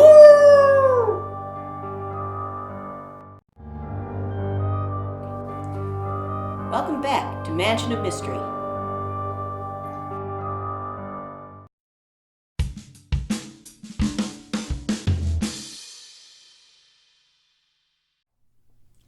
Hi, we're back. And we're going to be headed out for some Halloween fun. I just have to put the candy out for the trick-or-treaters. Since Nanny's in Belle Reve again, and CJ's at a Halloween party at school, I have to take EBDC out trick-or-treating. And we'll have to let the kids be on the honor system this year. Last year, the front hall got picked pretty clean. I'm guessing Ralphie had something to do with that. Hey lady, what's CJ dressed up as for Halloween this year? A stupid idiot. Now, Clowny. Oh yeah, that's right. I forgot he has to wear a costume for that. Now, Clowny, I wish you would be a little nicer to CJ. And I wish he didn't exist. You see, life is full of little disappointments.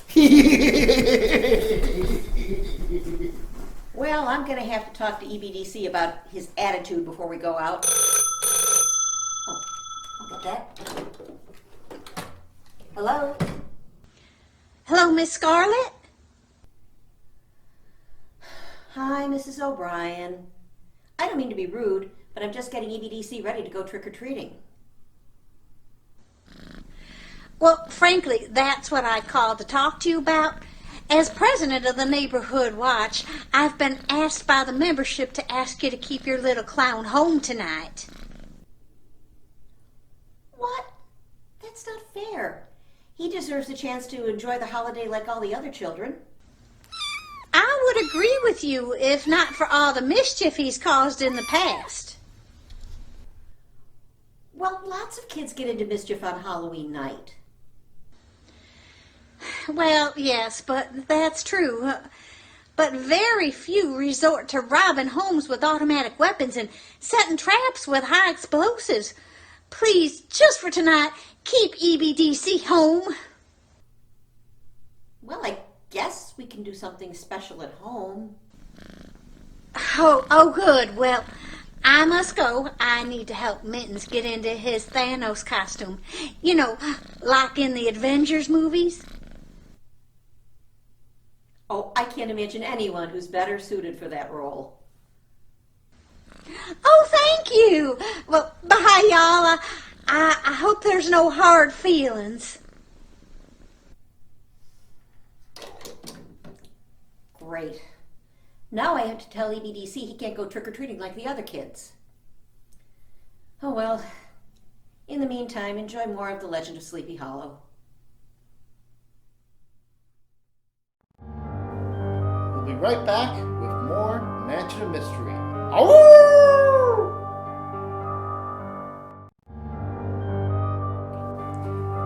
Welcome back to Mansion of Mystery.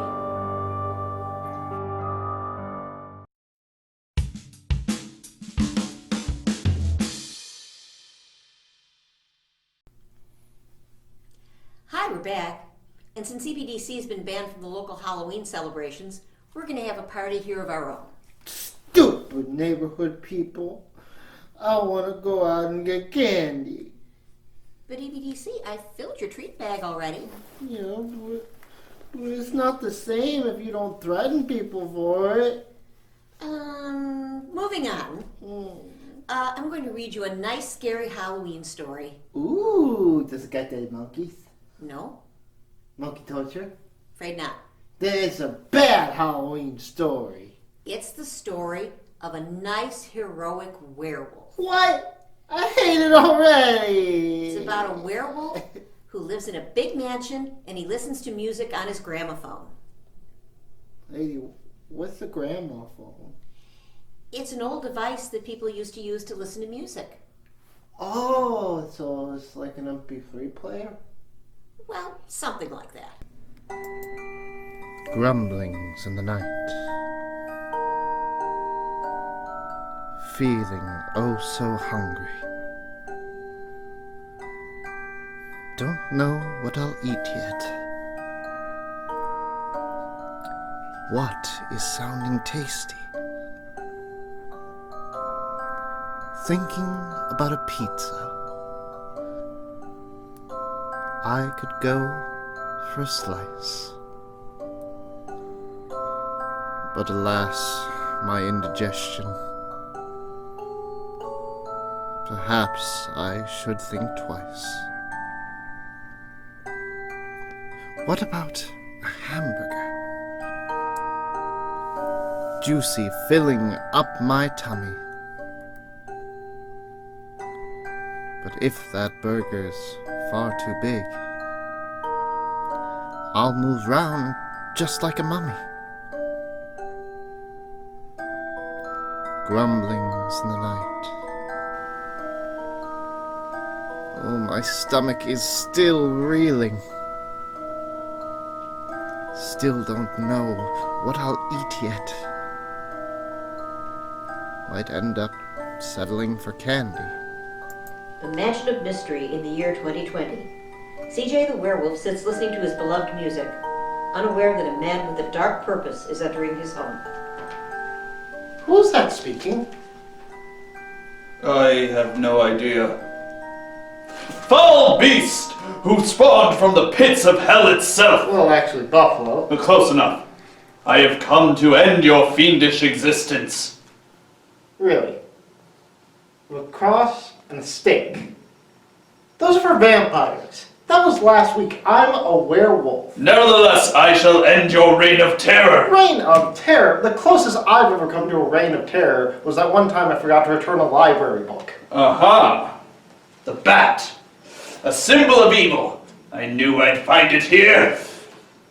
Take that, you foul beast! Ow!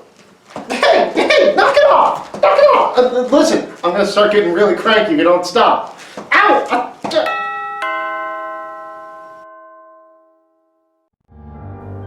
We'll be right back with more Mansion of Mystery.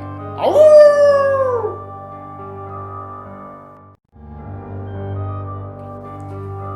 Welcome back to Mansion of Mystery.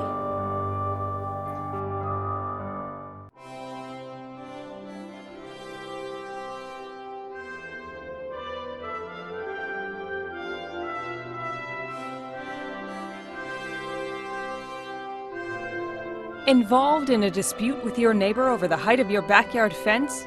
Fuming that the can of Pringles you bought last week was just a little stale? Personally put upon that the person you held the door open for last month didn't say thank you?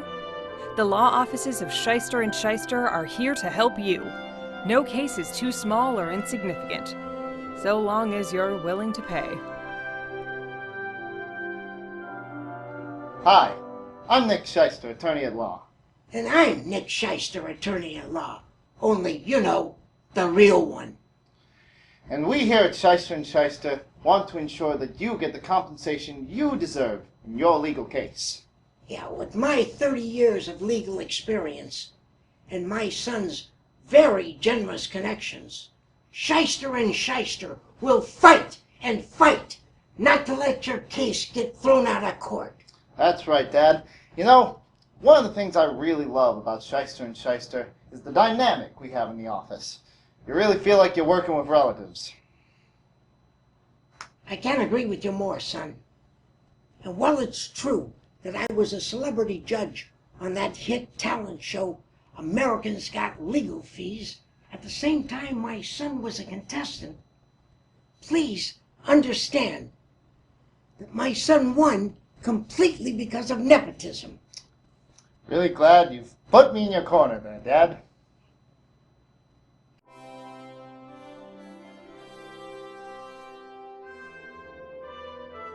Over the past 30 years, Shyster and Shyster represented over 5,000 cases for their clients and have collectively received judgments of $512.77.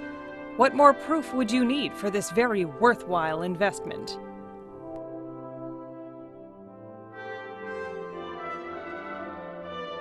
And now, while we're talking about that $500 or so we've made, how much of that would you say you contributed to?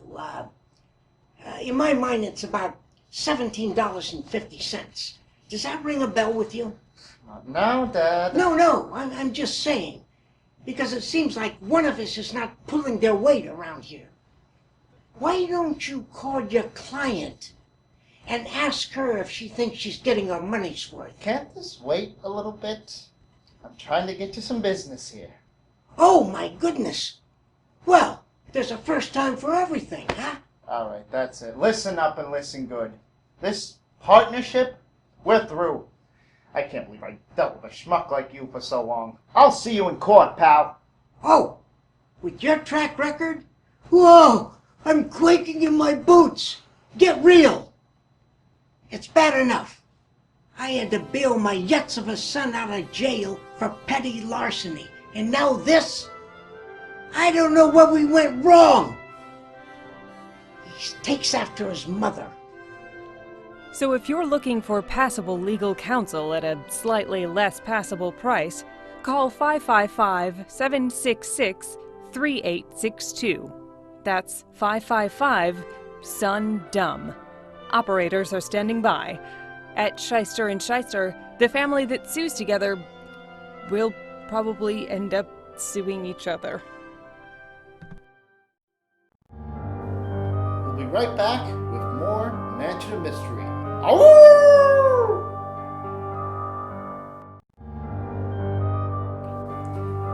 Welcome back to Mansion of Mystery.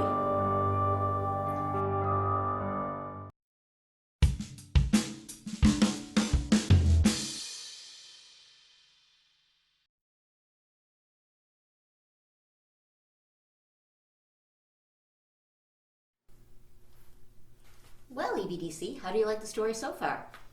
Me like the part where the stupid werewolf got hit in the head with the bat. But the werewolf is the good guy. Well, anyway, there was a knock at the door, and a mysterious stranger entered the room.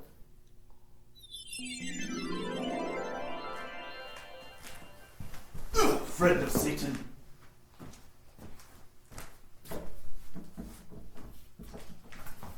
Greetings, CJ. I have found the object that shall release you from your torment. Oh, that's funny. I didn't know they sold advantage around these parts. What? No, not that. This! I have stolen the hand of Count Polarski. You just carry that thing around with you everywhere, do you? Silence! Once I place this hand over your heart, it will scare the curse of the werewolf out of you. You better watch where you put that thing, or you'll scare the werewolf with it. Begging your pardon, I hate to interrupt this meeting of the minds, but I was going to kill you, and I don't have all day. Patience, Reverend Wednesday. First, I must relieve him of the curse. Once that's done, you can do whatever you want with him. Guys, I'm standing right here. I can hear this whole exchange. What good is he to me dead if he is no longer a werewolf? I must do my due diligence as a man of the cloth and make sure to dispose of him while he is still a threat. If you cure him, he might as well be left alive. I kind of like what he's saying. I think we should listen to him. My sentiments exactly, Reverend, but you're forgetting one thing. If I cure him, then he will become human, which will make it easier to make him repent for his sins. A very interesting proposition. But no! No! I must kill him while he is still a werewolf. I have a solemn duty to protect people. And I must protect them from a threat. Alright, seriously. Guys, I can hear this entire exchange. I can hear everything going on. Quiet! All right, Reverend. It seems you've drawn your line in the sand. Fine. We'll see if he dies as a werewolf or if he lives to die as a mortal human being. The game's afoot. Play on, Magda. What happens next, lady? Does he die?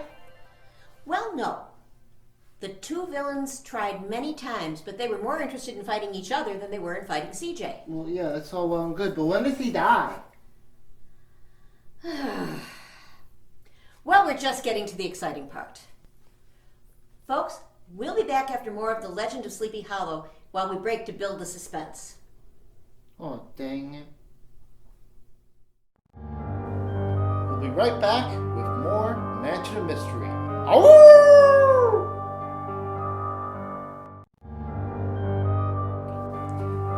Welcome back to Mansion of Mystery.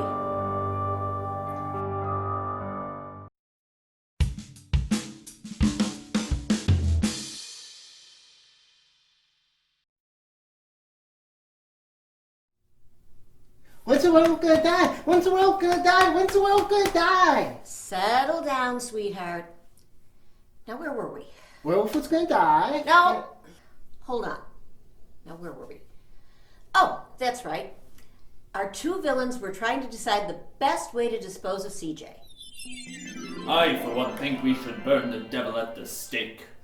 Let's not get ahead of ourselves. I think first we should cure him, and then we get rid of him the old-fashioned way, with beheading. I told you, he's no use to me if he's not a werewolf. And I respectfully disagree. You, Hellbeast, how would you prefer to be killed? At the rate you two are going, I think I'm gonna die of old age before anything you come up with. Again, I say we burn him at the stake. And I still say beheading. Stake. Beheading! Stake! Beheading! Stake! Beheading! Enough! I can't take it anymore!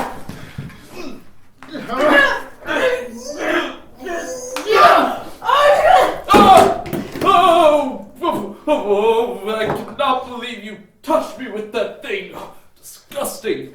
You really carry that around with you? What is wrong with you? Idiot, it was meant for the werewolf. I was going to cure him, and then we were going to behead him, and all our problems were going to be Talk over. to the hand. Oh, I'll Magda. talk to that hand. I got a lot of things to say Wait. to you.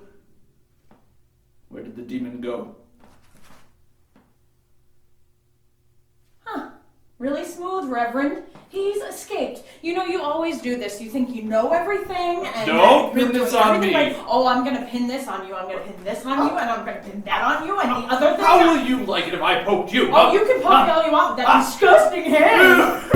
Yeah, that's what I thought. Oh, I can't believe you touched that again. Oh, you're the one that touched it. I didn't make you do anything. I didn't even put a spell on you this time. This time. Brave werewolf safely escaped the clutches of his two greatest foes and lived happily ever after. The end. And then the werewolf dies. I'm sorry? Yeah, the werewolf. He dies. That's the whole point of the story, right? I'm afraid not, sweetie. He lives to be very old and very happy. He's a pretty clever wolf, you know. Aww. This is such a stupid, boring story. All this time, I thought the werewolf was gonna die. Worst story ever. I'm sorry, honey. I didn't write it. That's just how the story goes. I'll tell you what. Maybe you'll like the story I laid out for you for bedtime better.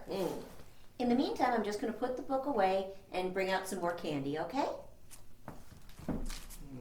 I guess.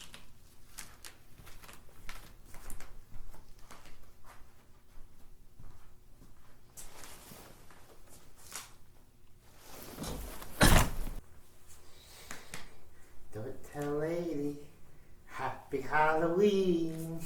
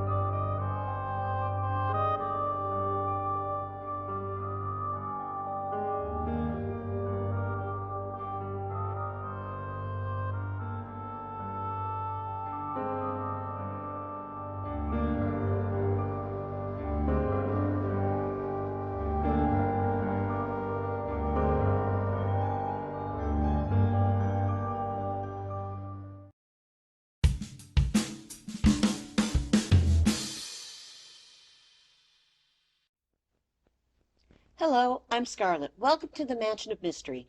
Our movie tonight is Incubus, starring William Shatner. Word of warning, this is the second movie ever filmed entirely in Esperanto. But at least there's subtitles.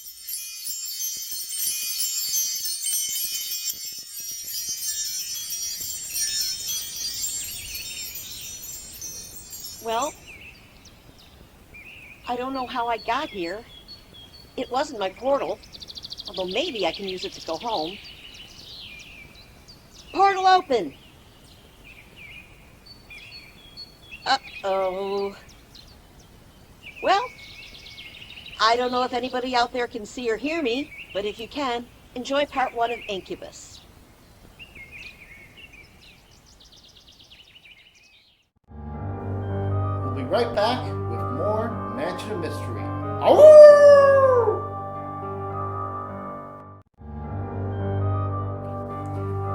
Welcome back to Mansion of Mystery.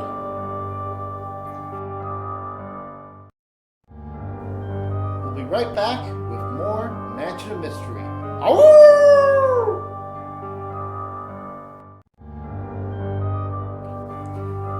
Welcome back to Mansion of Mystery.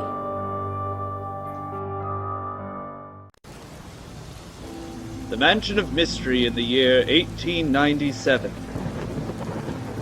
Scarlett Kaiju is sent back in time against her will. As she tries to find her way back home, she will find that her troubles are just beginning.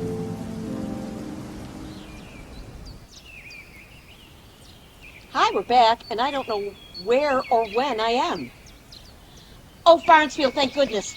Maybe you can help me. Oh, it's a witch! Do not speak my name, Balvin!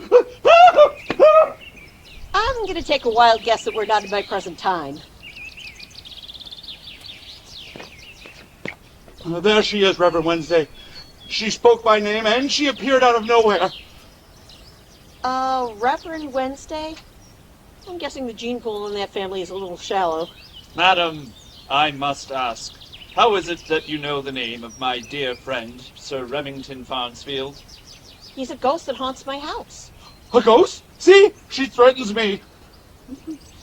Uh-oh, I guess he's still alive at this point. Aha! So this must be the witch that is responsible for the failure of the crops and the cattle tipped over in the field. And the spoiling of all our dairy, and the hens that won't lay any eggs. Or maybe you people are just lousy farmers. Sarcasm! A sure sign of the devil. I'm not a witch, and I have no idea how I got here. I tried to use my interdimensional portal to go home, but something seems to be blocking it. And I probably shouldn't have mentioned that. Anyway, I'm not a witch, I'm a time sorceress. Witch? Sorceress? What exactly is the difference? Well, I don't cast spells or make brews, and I really have no supernatural powers. And it is not supernatural to just appear out of nowhere. Witch! Madam, did you or did you not apparate here? And did you not already admit that you have the power to do so of your own free will?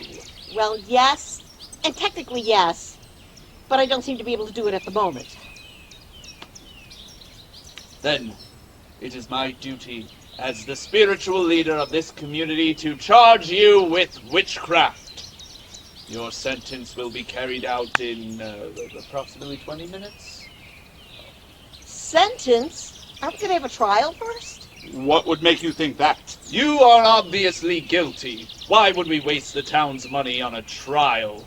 Nope, it is better to have you executed and move on in time for lunch. Folks, I don't seem to be doing well at the moment. Enjoy more of Incubus. See? She speaks to invisible demons. Oh, witch! Witch! We'll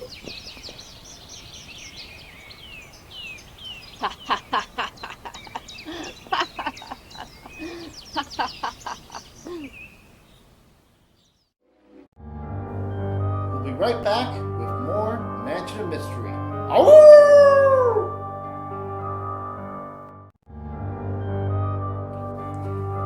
Welcome back to Mansion of Mystery.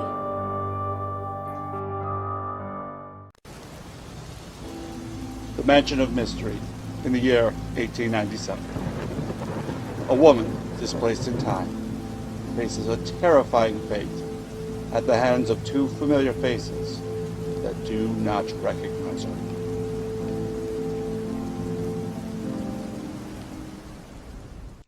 What was that? I'm not sure.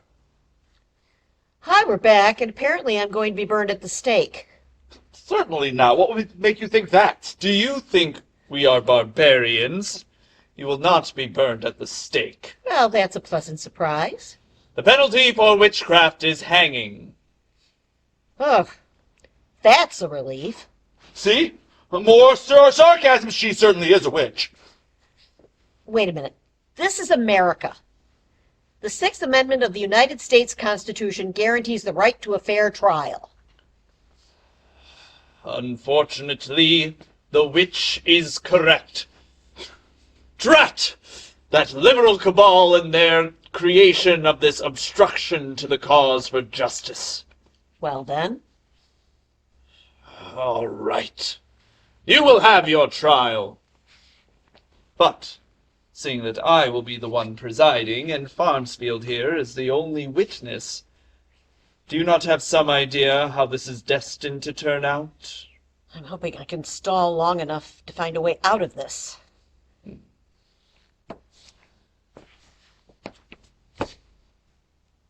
Let's get this travesty underway, shall we? Bailiff, begin the proceedings. All rise.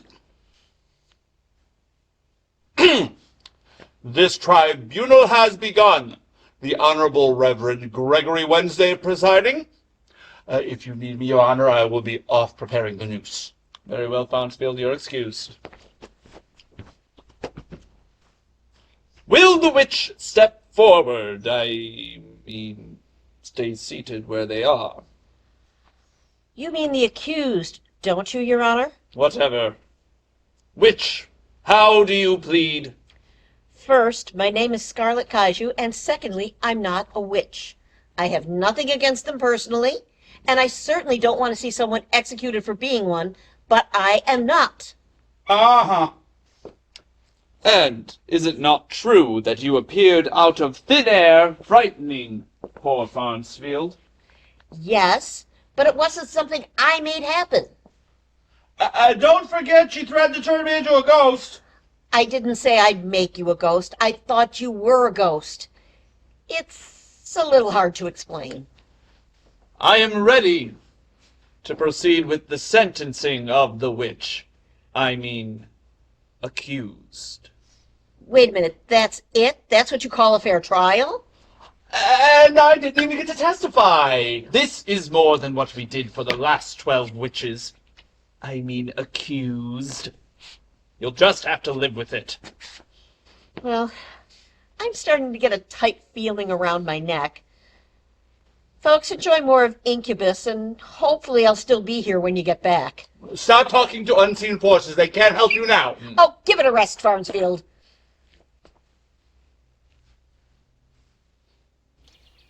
We'll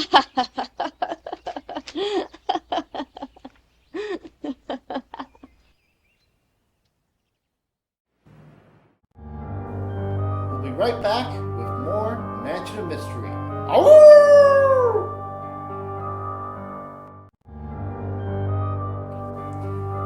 Welcome back to Mansion of Mystery.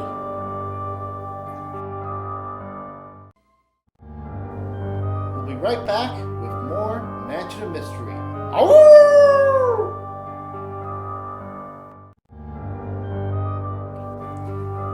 Welcome back to Mansion of Mystery.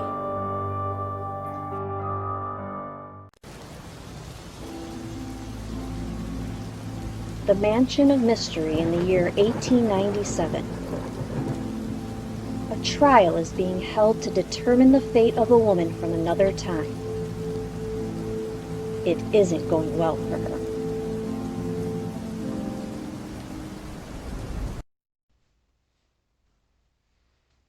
Order in the court. It is the decision of this court that... Wait! I am Annalise Collins, and you two gentlemen can be of assistance to me. And what exactly is it that we can do to assist such a lovely young woman? I would like to bear witness against this witch, Scarlett Kaiju. Not to worry, good lady. The accused has already been found guilty of witchcraft and sentence has been passed. But it is my right to get satisfaction from testifying against this foul criminal. Does the accused have anything to say about this? No! I have been to her home. I've seen it. She cavorts with monsters and a succubus and a spirit from beyond. Well, technically I'm their landlady. I don't know that that actually qualifies as cavorting. Her children are a werewolf and a demon clown. Well, I have heard enough. Oh, wait. There is more. I have seen her disappear in a show of light of ruby red, and her family consists of other confirmed sorceresses. Well, hold on there. I resent those implications. So you're denying them? Well, technically no, but I resent them. Well, if there are no further witnesses, Let's finally get around to executing the witch. Now, wait a minute. Don't I get a chance to tell my side of the story? I suppose so, seeing that Farnsfield is still messing about with that noose. I'm sorry, Your Honor. The Sunday school teacher usually does this, but it should only take a few more minutes. Well, hopefully I can stall for time until I can come up with an idea to get out of this. In the meantime, folks, enjoy more of Incubus. We'll be right back with more Mansion of Mystery. Oh!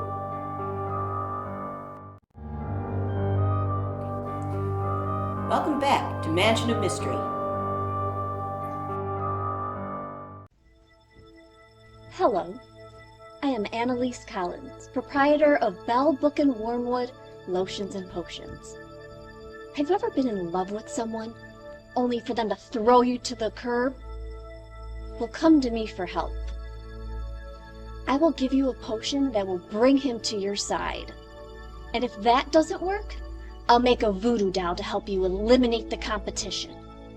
And if that still doesn't work, I will set a curse to his family and set fire to his house and make his dog go bald. I will make you pay for what you did to me. That is Bell Book and Wormwood, located next to the Department of Motor Vehicles on Maple Street. We'll be right back with more Mansion of Mystery. Oh!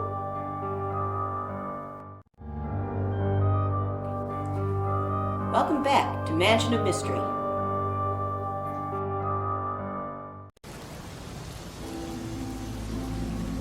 The Mansion of Mystery in the year 1897. A sinister woman appears to accuse... Oh, you know what? If you haven't been following along this far, I'm not going to help you.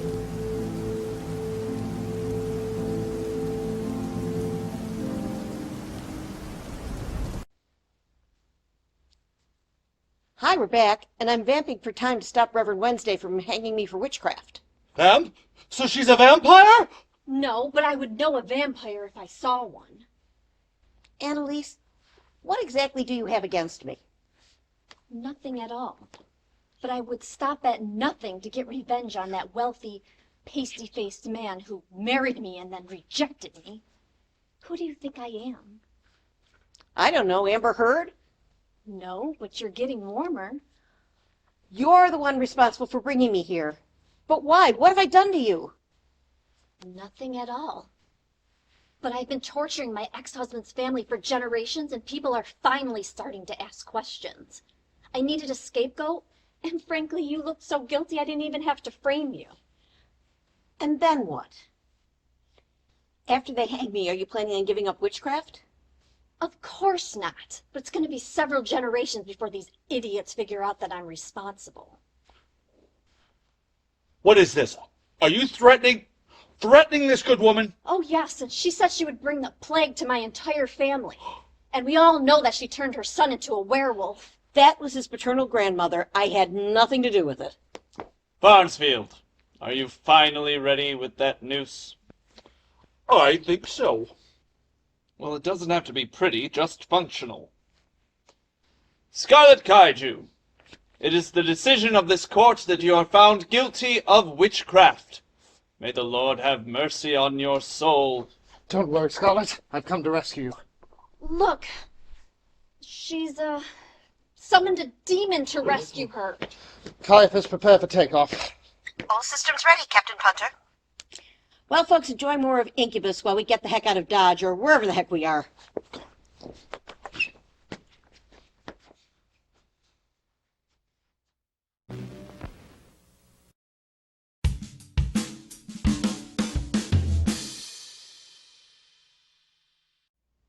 Hi, we're back. Trip, thanks for rescuing me. Oh, think nothing of it, Scarlet. I must admit I have a bit of a soft spot for you. You remind me of my mum. Thanks, I think. Best not to dwell on it, Miss Kaiju.